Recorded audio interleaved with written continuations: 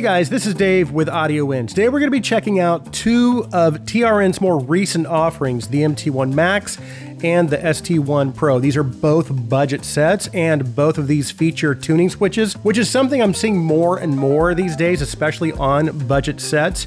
The MT1 Max is the least expensive of the two and comes in at a very affordable $13. The ST1 is priced at $19. Now, since I'm reviewing two sets, this will be more of a mini review of each pair, but I will do my best to cover all of the main points.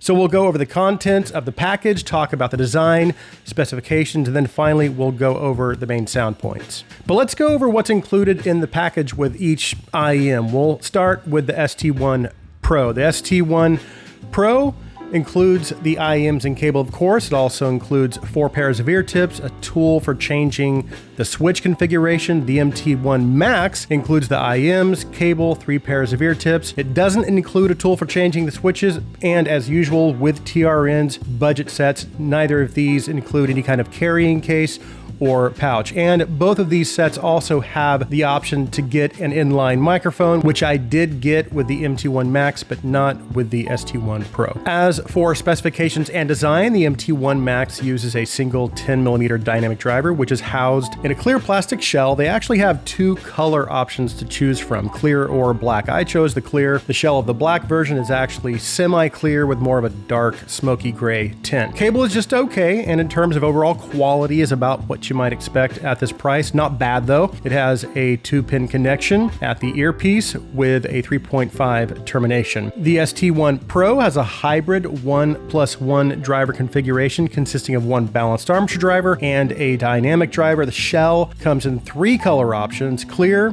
green or clear with a green tint, or black, which is clear again with a dark tint.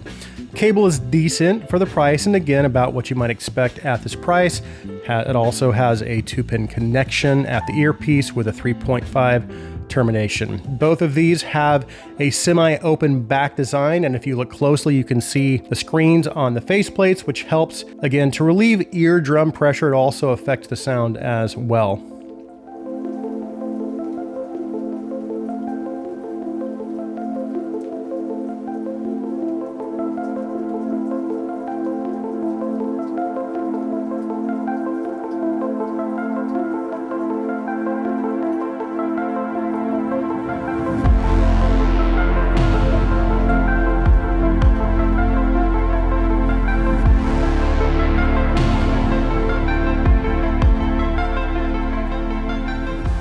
Okay, before we jump into the sound, I quickly want to talk about TRN and their quality control. Because of the various TRN IEMs I've owned, which is at least 10, I've had pretty good luck. I've only had issues with 1 pair of the sets I've owned, and of the sets I have now, they all work perfectly fine. So I've had no issues at all with all of my more recent purchases from TRN. Okay, let's go ahead and talk about the sound of the MT1 Max first. Now, every switch configuration of the MT1 Max is basically V-shaped, and there are a total of 6 different configurations to choose from, but I'm only gonna focus on 3 because the other 3 are virtually identical to these 3 with only minor variations in their tuning. And the 3 configurations which I'm going to discuss are 111, which is basically all 3 switches in the up position, 110, which is the first 2 switches in the up position and the last switch down, which actually is its default configuration, and then 100, which is switch 1 up and the other 2 switches in the down position. So again, when I first tested the MT1 Max, I tested it in its default switch configuration, which was the first 2 switches in the up position and the last switch in the down position, or 110. And in that configuration, you're going to have a V-shaped signature, but of the 3 configurations, it's the most mild V-shaped tuning option. So it's going to give you the least amount of bass and is going to be more upper mid and treble focused. That being said, it does still have a significant amount of mid-bass presence, which adds some warmth and also some bass bleed into the lower mids. But with this tuning style, again, with the upper, mid, and treble focus, this will also give you the most open presentation of the three configurations, but it's also prone to causing cymbals to sound maybe a little harsh, and it can become fatiguing at higher volumes. It also gives you good extension in both directions, so nice amounts of sub-bass rumble and also nice amounts of air and sparkle past 10K. This configuration will also give you the best technical performance. The second configuration I tested was in the 100 configuration with switch 1 up and the other 2 switches down. And this also gives you a V-shaped signature, but it's basically the opposite of the 110 configuration, so with the focus being on the bass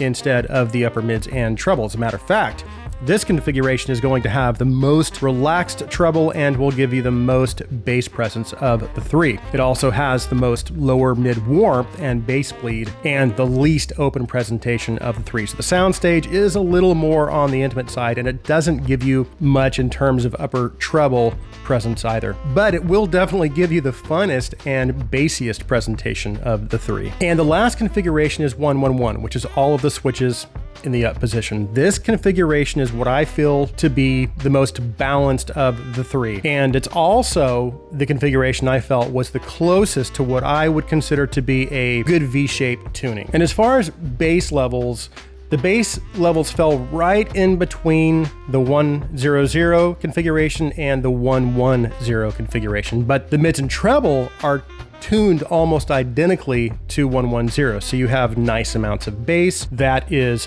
balanced out by the upper mids and treble. And I'm going to hold off on talking about the technical performance of the MT1 Max for now, because I want to talk about both of these sets at the same time. So let's go ahead and talk about the ST1 Pro. Now, like the MT1 Max, in all of the switch configurations, the ST1 Pro has what I would consider to be a V-shaped style tuning.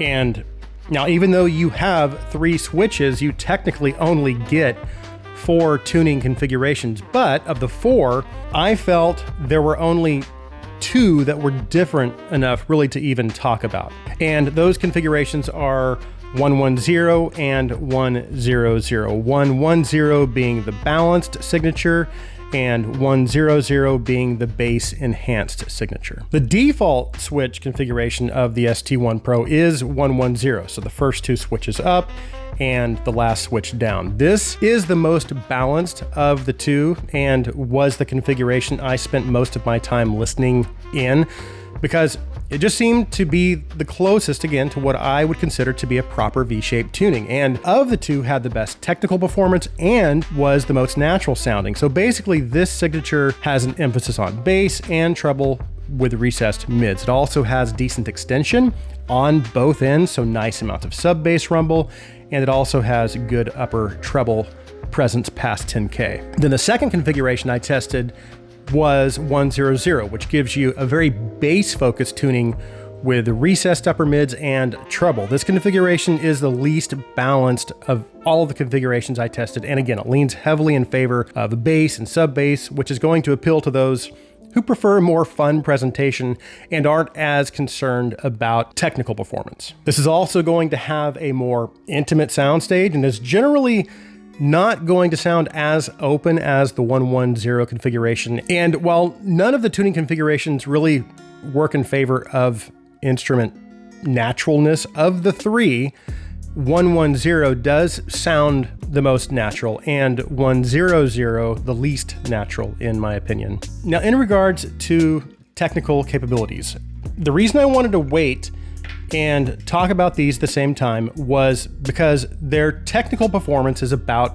the same, which is not very good, but it is about on par with most every other ultra budget IEM that I own. So detail levels, soundstage, imaging, and layering are acceptable for this price range, but only in the tuning configurations that put more focus on the upper mids and treble, which for the MT1 Max is again 110, and for the ST1 Pro is 010, which I didn't discuss that configuration because it's basically a treble enhanced configuration, and while it does give you the most perceived detail and openness, it's only a small fraction more detailed than 110, and 110 sounded better overall in my opinion. But again, it doesn't really matter because the bottom line is for both of these sets, their technical performance is not that great anyway. But that's the case with virtually every IM in the ultra budget range. The best that I've heard overall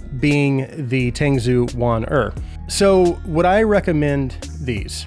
Sure, at the price, I think these are both decent IMs, and the tuning switches actually make a significant difference.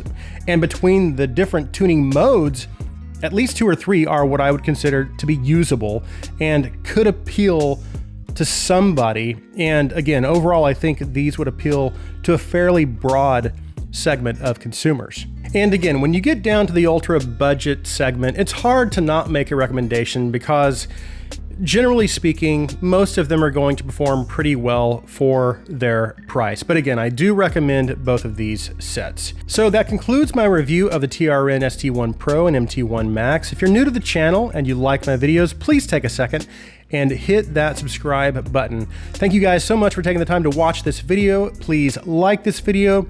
Please share this video. I hope you have an awesome day.